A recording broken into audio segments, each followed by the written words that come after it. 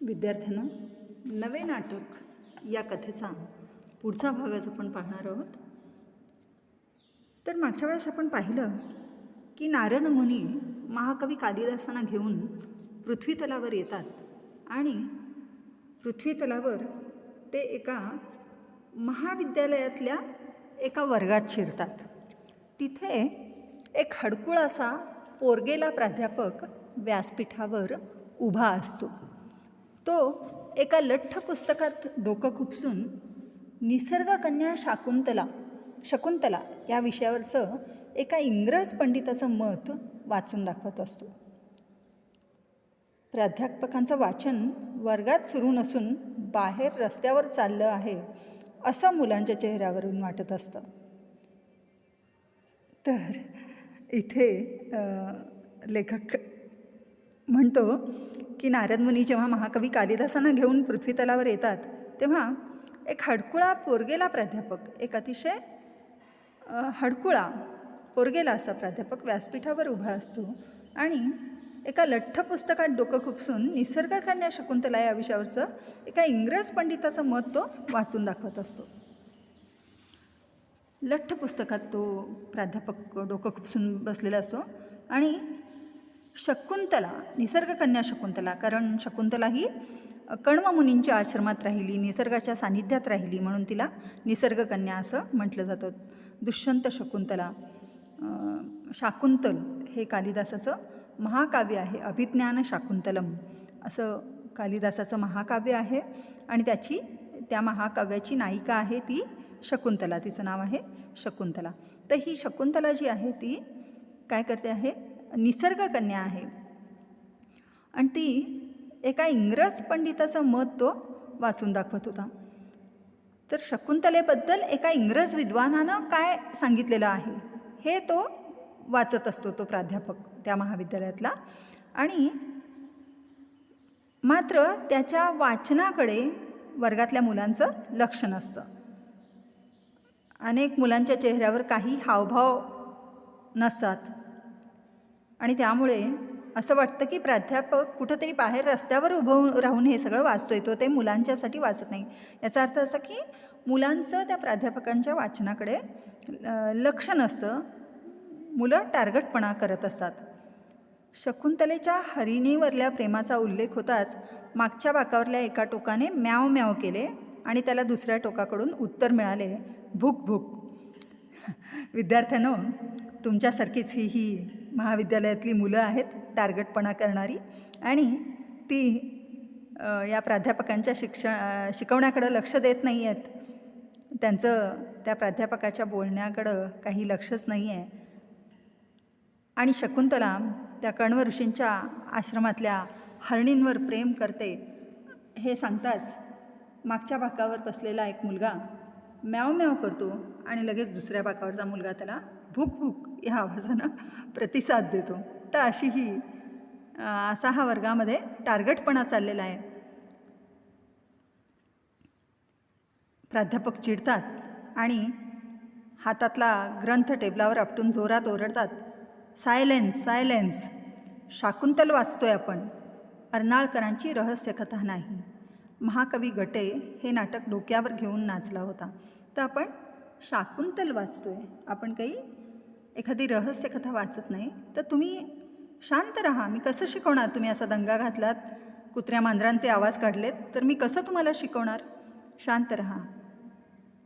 महाकवी गटे हे नाटक डोक्यावर घेऊन नाचला होता. तर महाकवी गटे एक जर्मन महाकवी ज्याचं नाव आहे गटे आणि ही कोणतीही कपोलकल्पित कथा नसून सत्य आहे की कालिदासाचं महाकाव्य जर्मन कवींना देखील आवडलेलं होतं आणि शाकुंतलासारखं महाकाव्य वाचून तरी हा गटे नावाचा कवी अतिशय आनंदित झाला होता आणि तो ते काव्य डोक्यावर घेऊन नाचला होता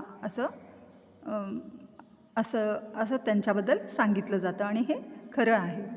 म्हणजे इतक्या तोलामोलाचं, इतकं मौलिक असं हे महाकाव्य आहे. प्राध्यापकांनी ही गोष्ट मुलांना सांगताच मुलं म्हणाली, मग तुम्ही ते हातात का घेता? आणि सगळी मुलं हसू लागली. प्राध्यापक बिचारे पुन्हा ओरडले, सायलेन्स. तेवढ्यात एक पुढच्या बाकावर बसलेला गोरा गुमटा कुरळ्या केसांचा मुलगा उभा राहिला आणि त्यानं विचारलं, सर माझी एक शंका आहे. बोला, प्राध्यापक म्हणाले. कालिदास हा अश्लील लेखक आहे काय? कोण म्हणतं असं? आमचे काका म्हणतात. ते संस्कृती संवर्धक मंडळाचे दुय्यम चिटणीस आहेत. त्यांनी आज सकाळी मला प्रियंवदेच्या एका वाक्याचा अर्थ विचारला. बोलता बोलता तो क्षणभर थांबला. तर त्यातल्या त्यात शहाणा असणारा समोरच्या बाकावर बसलेला एक मुलगा उभा राहिला आणि त्यानं या प्राध्यापकांना शंका विचारली की कालिदास हा अश्लील लेखन करणारा लेखक आहे काय? त्यावर प्राध्यापकांना खूप राग आला. ते चिडले, ओरडले, म्हणाले, कोणी सांगितलं तुला हे? त्यावर तो मुलगा म्हणाला की आमचे काका असं म्हणतात. आणि त्यांनी मला आज एका श्लोकाचा अर्थ विचारला, प्रियंवदेच्या एका वाक्याचा अर्थ विचारला. प्रियंवदा ही शकुंतलेची मैत्रीण आणि तिच्या तोंडच्या एका श्लोकाचा अर्थ त्यांनी मला विचारला आणि मला तो अर्थ सांगायला लाज वाटली. कारण आत्मनः पयोधर विस्तार इतू यौवनम उपालंभस्व असा तो श्लोक होता. तर या श्लोकाचा अर्थ असा आहे की जसजसं यौवन येतं तसतसं स्त्री मोठी होत जाते, मुलगी मोठी होत जाते, युवती होत जाते आणि तिच्या अवयवांना योग्य तो आकार येतो, असा या श्लोकाचा अर्थ आहे. आणि त्या श्लोकाचा अर्थ सांगायची मला लाज वाटली, असं हा विद्यार्थी प्राध्यापकांना सांगतो. काकांनी मला अर्थ विचारला आणि काका माझ्यापेक्षा वयाने खूप मोठे आहेत आणि त्यांना मला या श्लोकाचा अर्थ सांगायला खूप लाज वाटली. त्याबरोबर ते म्हणतात की अश्लील म्हणतात ते हेच, तर हेच का ते अश्लील? यालाच अश्लील म्हणतात. काकांनी सांगितलं की अरे बघ, तुला लाज वाटते की नाही? या श्लोकाचा अर्थ मला सांगायला तुला लाज वाटते की नाही? याचा अर्थ कालिदास काहीतरी अश्लील बोलतोय, तेव्हा कालिदास हा अश्लील लेखक आहे.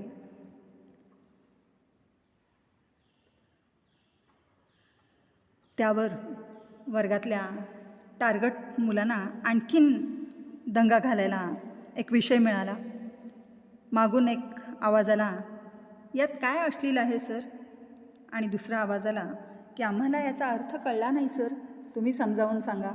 वर्गात गोंधळ सुरू झाला. वर्गातल्या मुलींवर कागदी बाण येऊन पडू लागले, कागदांची विमानं येऊन पडू लागली. हे सगळं दृश्य पाहून कालिदासाला तिथे थांबवेना. नारद मुनींचा हात धरून बाहेर जात कालिदास म्हणाला, मुनिवर्य, तरुण मुली आपापसात एकमेकींची थट्टा मस्करी करतात, त्या थट्टेचा एक नमुना म्हणून मी हे वाक्य लिहिलं. माझ्या अर्थाचा असा अनर्थ होईल असं मला कधीही वाटलं नाही. तेव्हा आपल्या काव्याचा इथे चाललेला हा अनर्थ पाहून कालिदासाला भयंकर दुःख झालं आणि अश्लील लेखक म्हणून आपली हिणवणी होते आहे हे कालिदासाला अजिबात सहन झाला नाही. आणि तो नारद मुनींना म्हणाला की आपण आता इथून काढता पाय घेऊया, हे काही मला योग्य वाटत नाही. काय हे विद्यार्थी, काय, अरे मी किती तोलामोलाचं काव्य लिहिलं आहे, मी किती चांगलं काव्य लिहिलं आहे, महाकवी कालिदास म्हणून माझा गौरव करण्यात आला एकीकडे, आणि इथं ही मुलं मला अश्लील लेखक म्हणत आहेत आणि त्यांचे पालकही त्यांना तेच सांगत आहेत. एका विद्यार्थ्याचे काका त्याला सांगत आहेत की कालिदास हा अश्लील लेखक आहे. मी जे काही लिहिलं आहे किंवा मी जो काही हा श्लोक लिहून ठेवला आहे तो श्लोक म्हणजे 2 तरुण मुलींची आपापसातली थट्टा आहे. या पलीकडे मला तिथे काहीच म्हणायचं नव्हतं. नारद मुनी त्याची समजूत घालतात आणि त्याला बाहेर घेऊन येतात आणि म्हणतात की अरे तू काही समजू नकोस. एखादा विद्यार्थी कच्चा असतो, त्याचे पालकही कच्चे असतात, तेव्हा पिढ्यानपिढ्या विद्यार्थी तुझ्या शाकुंतलाचा अभ्यास करत आहेत. जे विद्यार्थी चांगले आहेत त्यांच्याकडे तू बघ, जे विद्यार्थी प्रेमानं तुझ्या शाकुंतलाचा अभ्यास करतायत त्यांच्याकडे तू बघ. कालिदासाला शंका येते की नारद मुनी कदाचित उपहासानंच बोलतायत असं दिसतंय. असो, परंतु कालिदासाला खूप खेद होतो की आपल्या एका महाकाव्याची काय ही अवस्था, काय त्याचा अर्थ लावला जातोय. मुकाट्याने खाली मान घालून कालिदास नारद मुनी जिथे घेऊन जातात तिथे जायला निघतो. चालता चालता ते दोघे एका चित्रपटगृहाजवळ येतात. हे काय आहे? कालिदास कुतूहलाने विचारतो. इथंच जायचं आहे आपल्याला.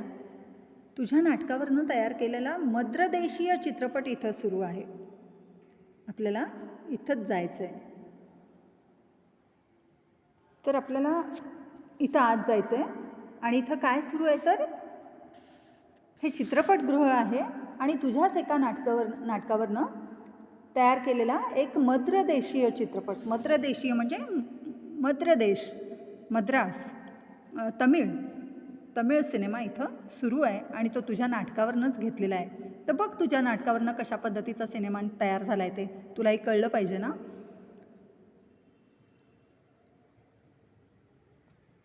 कालिदासानं पाहिलं, चित्रपटगृहाच्या इमारतीवर भले मोठे भडक चित्र दिसत होते. त्या चित्रातली तरुणी कमीत कमी 2-3 मुलांची आई असावी. तिच्याकडेवर एक चिमुकली घागर होती, पण ती पाणी आणायला चालली आहे असे काहीतरी त्या चित्रावरून वाटत नव्हते. तिच्या अनेक अवयवांना अकारण उठाव दिला गेला होता. तर चित्रपटगृहाच्या इमारतीवर भलं मोठं भडक चित्र दिसत होतं. चित्रपटगृहाच्या इमारतीवर भलं मोठं भडक चित्र लावलेलं होतं आणि त्या चित्रात एक तरुणी, ती 2-3 मुलांची आई होती वाटावी अशी ती तरुणी होती. त्या चित्रपटगृहाच्या इमारतीच्या बाहेर एका तरुणीचं भलं मोठं चित्र लावलेलं होतं आणि ते इतकं भडक होतं आणि ती तरुणी न वाटता 2-3 मुलांची आई असावी अशी वाटत होती आणि तिच्या कडेवर एक चिमुकली घागर दिलेली होती. आणि पण एकंदरीत तिचं ते जे काही रेखाटन होतं त्यावरून ती काही पाणी आणायला चालली असं काही दिसत नव्हतं. तिच्या अनेक अवयवांना अकारण उठाव दिलेला होता. तर एकंदरीत एका स्त्रीचं काय म्हणू आपण त्याला की एक इथे अश्लील म्हणता येईल असं चित्र रेखाटलेलं होतं. कालिदासानं नारद मुनींना विचारलं, ही बाहेर चित्रातली बाई कोण आहे? नारद मुनी हसत म्हणाले, अरे ती तुझी मानसकन्या आहे, तुला ओळखता येत नाही? मानसकन्या ही शकुंतला?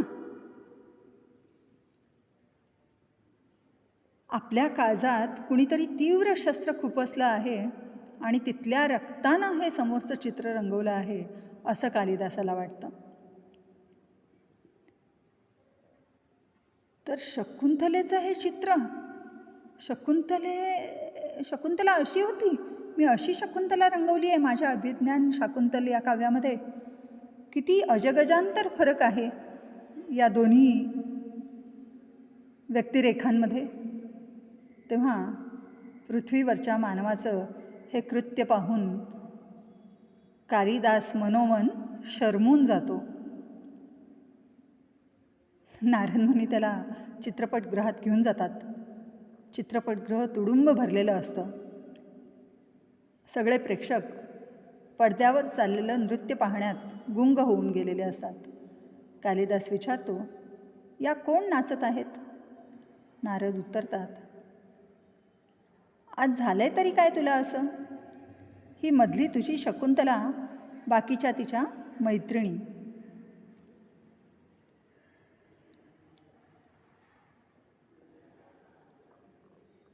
या कशासाठी नाचतायत? शकुंतलेच्या विवाहाला कण्व ऋषींचा आशीर्वाद मिळाला तेव्हा ती आनंदानं लाजली असं तूच लिहिलं आहेस ना? होय. मग त्यावेळी तिला झालेला आनंद व्यक्त करण्यासाठी दिग्दर्शकानं हे नृत्य या चित्रपटात घातलं आहे. बापरे, कालिदासाला मोठं आश्चर्य वाटतं. तर शकुंतलेच्या विवाहाला कण्व ऋषींचा आशीर्वाद मिळाला. दुष्यंताशी लग्न करण्याची आपली इच्छा जेव्हा शकुंतलेनं कण्व ऋषींना बोलून दाखवली तेव्हा त्यांनी तिला आशीर्वाद दिला आणि ती आनंदानं लाजली असं कालिदासांनी लिहून ठेवलं आहे. पण इथे मात्र चक्क हा आनंद साजरा करण्यासाठी एक नृत्य सादर केलं जातं आहे आणि त्या नृत्यात नाचणारी शकुंतला ही शकुंतला वाटत नाही आहे, तिच्या मैत्रिणी या मैत्रिणी वाटत नाही आहेत. हे सगळं बघून मनातल्या मनात कालिदास कपाळावर हात मारून घेतो. नशीब कण्व महर्षी आणि गौतमी आत्या यांनाही या नृत्यात दिग्दर्शकानं भाग घ्यायला लावला नाही असं कालिदासाच्या मनात येतं. तो नारद मुनींना म्हणतो की मुनिवर्य, मी सांगू का? जेव्हा कण्व मुनी शकुंतलेला लग्नासाठी आशीर्वाद देतात त्यावेळेला शकुंतला काय करते? ती धावत आपल्या आवडत्या हरणीपाशी जाते, तिच्या कानात हे गुपित सांगते आणि आपल्या वनज्योत्स्नेकडे ती जाते, म्हणजेच वेलींकडे, त्या आश्रमातल्या त्या जंगलातल्या झाडांकडे वेलींकडे ती जाते आणि आपल्या मनातलं गुपित हे स्पर्शानं ती त्यांना सांगते. छे छे छे, काय हे या चित्रपटामध्ये हे सगळं दाखवण्यात येते, मला काही हे बघवत नाही. चला इथनं मुनिराज, निघूया आपण इकडून. तेव्हा कालिदास जेव्हा पृथ्वीवर परत येतो आणि पाहतो की आपण जे काही निर्माण करून ठेवलं आहे त्याचा काय विपर्यास इथे होतो आहे, त्याचा कसा वापर या पृथ्वीतलावरले लोक पाहत आहेत ते पाहिल्यानंतर त्याला वाटतं आपण स्वर्गातच बरे होतो. धन्यवाद विद्यार्थ्यांनो. इथून पुढची कथा आपण पुढच्या वेळेस पाहू.